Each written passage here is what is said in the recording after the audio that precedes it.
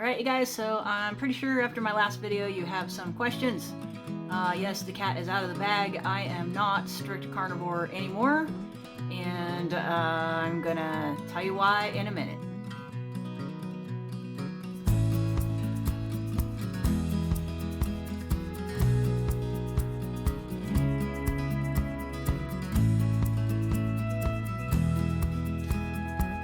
Alright, you guys, so you're probably wondering what the heck is going on, and yeah, I guess the cat is out of the bag. I'm not doing strict carnivore anymore. My diet's kind of like the Paul Saladino version of carnivore. He calls it animal-based. I don't call it that. I just call it like, you know, a regular, I don't know, more of an ancestral diet or just stuff I want to eat. I don't know. Don't really have a name for it. But yeah, I was a carnivore for a better part of a decade, a very long time. And when I first started doing it, it really did save my life. I want to preface this before I even continue on with this stuff. And I wanted to remind you too that I'm putting up some of my videos onto YouTube Music so that you guys can listen to them if you don't feel like watching them. You know, just to make it more convenient for you all, like if you're driving or something like that. So anyway, just putting that out there. Yeah, my diet has varied a lot my whole entire life. I've tried pretty much everything because I was kind of sickly and most of all overweight, and nobody wants to be overweight. Even though we have this like positivity movement nowadays, the human instinct is not to be fat. The human instinct is not to want to, you know, encourage that, even though we are trying to be more inclusive and better. And I'm glad that people are trying not to bully each other about it anymore and things like that, because trust me, I was bullied. I could tell you guys some stories about that. Ooh. But anyway, yeah, so I did a lot of stuff. I've tried pretty much everything, and I have researched a lot, and I've also discounted things that I probably should have been paying attention to, which is like the whole carbohydrate thing. Ever since the 1990s, people in this country have been basically told not to eat sugar. The Atkins diet was like a big deal, and it like basically kind of made that popular. And before that, and even still to this day, the whole saturated fat thing was bad. Don't eat saturated fat. Don't eat fat at all. You're going to be fat, fat, fat, fat. Don't eat anything. You're going to be fat. Just live off of plastic and try not to die. Oh, and if you're getting fat living off of plastic, then guess what? Then you just don't eat anymore. You need to eat less and move more. Okay, that stuff is BS. I'm sorry. Do not eat garbage. Do not eat fake food. And you don't necessarily need to move more because you're already stressed out from eating all this fake food. You know? So that's where I stand with that. But we all kind of fall into that trap because that's what we're used to hearing. So if I had stayed on the carnivore diet that I created for myself, that is more resembles what the ancestors did and do, then I probably would have been okay. So what happened was I started off eating raw milk, and then I graduated to raw milk, from raw milk to milk and raw meat and raw organs, and that's what I ate for a very long time. And raw milk started getting more expensive and harder to access, and it's even worse nowadays. I mean, we buy it as a treat for ourselves like once every month or two because we can't afford to do like I was doing. I was living off of it. Okay, I was basically doing what the Maasai do. Minus drinking blood, but I was eating raw liver, so that probably counts. So my diet was not low carb, okay? Just to get that out of the way. A proper ancestral, pretty much carnivore diet is not low carbohydrate. If you are drinking fresh raw milk, that has lactose in it. And if you are eating fresh raw organs and drinking fresh raw blood, or even cooking blood in your soup or whatever, like primitive peoples have done for thousands of years and still do, you are getting tons and tons of sugar. The reason why the FDA puts 0 carbohydrate on meat is because by the time we get to eat it, it has turned, the carbohydrates in the meat have turned into lactic acid. Now, your body can convert some of that into sugar, but it's pretty hard for it. So what it tends to do is what they call gluconeogenesis, and it takes the protein that you eat and turn that into carbohydrate. Why does the body do that? Well, because without carbohydrate, you cannot absorb any minerals or water into your cells, plus a myriad of other things that I'm not going to get into. Just like I say all the time, do your homework, okay? I knew this, but I ignored it anyway because I was feeling better and I was getting better and I was healing, but the milk was getting expensive and I wanted to save up money for certain things. And at the same time, I was starting to get a little chubbier than I wanted to. And the best thing that I knew how to do, because I had already given up everything else in the whole wide world, was to give up milk because it was the one that had the most sugar and fat at the same time in it. And any dietitian will tell you if you eat too much fat and too much sugar at the same time, you are going to gain weight. However, I happen to believe that if you're not doing it in excess, your body will actually even out after a while. And that's kind of what's happening to me right now. I can tell because even though I gained a bunch of weight from doing my little experiment here, I have stabilized and I can feel that it's going to start coming down. I just know that. I've lost weight enough times in my life to know when it's starting to turn around. And that's what's happening now. The reason why I did this was because my doctor, who is an allopathic doctor, a Western doctor, was extremely concerned about my low potassium levels. And I had suspected for a very long time that this was the case because I had had symptoms and I was already taking electrolytes to try to clear that up, just like the rest of you guys are. How many of you guys out there are dehydrated and cannot fix it? Pretty much everybody. Everywhere I go, there's electrolyte drinks at the store. There's people on YouTube in every space. I don't care what it is, even if it's just plain old van life. A lot of them are advertising for electrolyte drink companies like LMNT. Okay? Tell me you haven't seen that.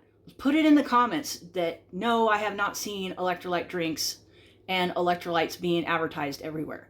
Because I'd like to know the very few people on my platform that have not seen that, because that's the way it is. Everybody is dehydrated. Everybody. And the reason is because we're not getting enough carbohydrates because we're told not to eat them. Okay? And on top of that, nature is very, very wise. And the things that have the carbohydrates also have the minerals that you need, like the potassium. Okay? So when I have a regular doctor that all they care about is how many drugs that you're on and how many prescriptions that you're not on and how much cholesterol you have, when they're actually concerned about my electrolyte level, there's something wrong. So I thought, okay, I need to switch some stuff up. So I started experimenting and, you know, I go big or I go home. So I started using fruits in my diet and no vegetables because I knew vegetables were really bad because I had already tried to reintroduce them, you know, like a year ago, and that was really bad. We did that for a couple of weeks and both of us were miserable. No more vegetables, at least not for now. So any kind of fruit is fine, I've found out. Rice is not good. I tried barley because I thought, well, maybe I can do gluten now. No. No. For very many reasons, no. So what I can do are regular potatoes and pretty much any kind of fruit that I can think of to eat. Right now, one of my favorite things to eat is plantains because they are very versatile and you can make them into pretty much anything. So I've been liking that. But yeah, so that's where I'm at with this. Things are kind of getting better. There's some give and take. Being that dehydrated and that depleted of potassium can cause all kinds of problems. It's extremely dangerous. Otherwise, I probably would have said, okay, there's something else I can do.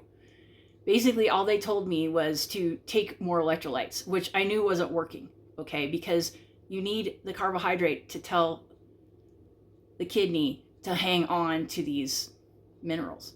You need to look this stuff up, guys, okay?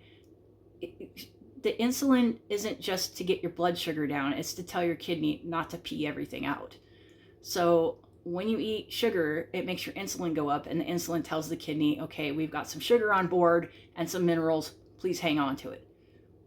Without that, it's really hard for your body to be able to do that. And so, you know, and every cell in your body is basically like a battery, and everybody who knows anything about batteries knows that they need electrolyte and they need water. And every cell in your body needs that to run. And if you don't have that, then it doesn't matter what kind of diet you're on, nothing's going to work. So you're going to end up with all kinds of problems. And so, and I knew that. And so I said, okay, I need to change and do something different. Now, like I said before, if I need to, I will go back to carnivore if I have to, but I'm not doing it meat, salt, and water ever again, because that doesn't work. You know, I don't care if you eat 6 pounds of meat a day and you're getting buku potassium and vitamins and stuff from that, your body's not going to hold on to it. It's just going to let it go. And there's a reason why they call it a fasting mimicking diet. It's because it's like you're starving to death, okay? Because your body basically has its own fat and its own protein that it lives off when it's not eating. And you lose all this water. Well, that's basically what happens when you're on a keto or a carnivore diet. It's the same thing. So if I ever did carnivore again, I would make sure that I did it like the Maasai. I probably wouldn't drink raw blood or anything like that, because I don't trust that kind of stuff around here in America. I just don't, unless I killed the animal myself. But I would definitely be drinking lots and lots of milk. And if I could afford it, raw milk. And I'd be eating raw liver like I used to, and I still do. And lots of beef broth, and, you know, and you know, just the good stuff like that. I wouldn't give up the carbohydrates. And, you know, honey comes from animals or insects. It's not just made from plants. Yeah, the bees take the pollen from the plants and produce honey, but it comes from the animal kingdom as far as I'm concerned. And our ancestors, whenever they got a chance, ate as much honey as they could get their hands on. There's a reason. So yeah, guys, look all this stuff up, do your homework. And yeah, but this is why I had to stop just eating meat, salt, and water. I had to stop trying to, you know, get something different for my diet, because I thought, okay, well, pork has a lot of potassium and different vitamins and stuff in there. Maybe I needed a variety of meat if I wasn't going to do, you know, milk and stuff like that anymore. I tried that. I think it made it worse.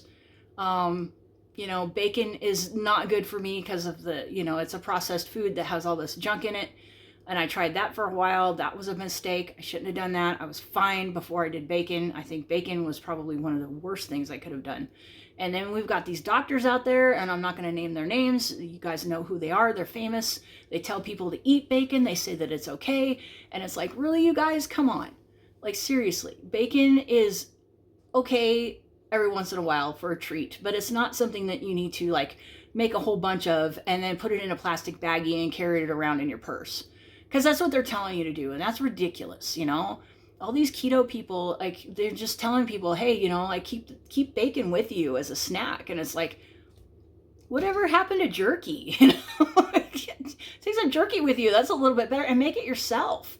You know, you can do that. You can make your own carnivore snacks. You don't have to, like, or your own keto snacks. You don't have to bring bacon with you everywhere you go. I mean, come on, get real. So yeah, I mean, and we all fall for stuff, and we all just, like, you know, think of things to do that are, like, easier and more convenient, and just, I don't know. I think that was part of it. And also, you know, I missed eating something different. I wanted some variety. It tasted good, and I love bacon. Don't get me wrong. It's one of my favorite things to eat, but guess what? I'm probably never going to eat it again, you know, because I don't think it's that good for you. And celery seed, give me a break. Look, you know, it's got more nitrates in it than the nitrates. So, you know, if you guys are trying to stay away from that stuff, then, you know, bacon's not your friend. So make your own bacon, make jerky, do whatever you got to do. But yeah, don't be buying bacon from Walmart and frying it up and then carrying it around in your purse. That's just not going to work. But yeah, guys, so just do your own research. And I don't care what they say. Everybody is different because we all have different situations. We all have different things that have happened to us in our lives. And yeah, we're at the basic level, we're all human beings or whatever. But, you know, epigenetics, look that kind of stuff up, because that means, you know, your genes are manipulated by your attitude and your mindset and also your environment. Okay, and everybody has different ones of those. I mean, the people can be living in the same house and have different perspectives on things and have a different situation than the person next to them. So that's what makes them different.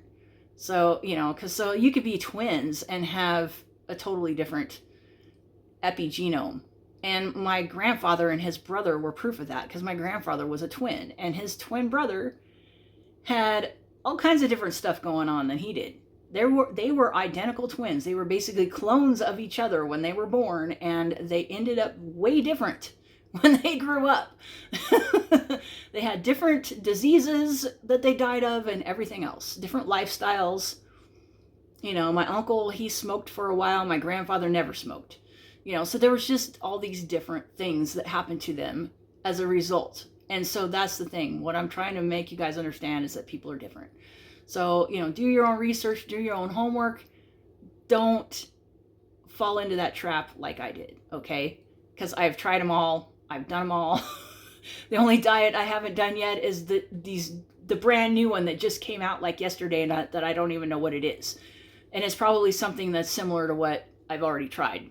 Because, you know, when you're like I was growing up, you want to get better, and you will try anything. And if you're a nerd like me and you research all this stuff, you're going to do it. You're going to figure it out, and then you're going to experiment on yourself. So that's where I'm at with that. And I'll keep you guys like updated on what's going on, you know, and especially if I do end up doing like a Maasai kind of thing. I'll let you guys know.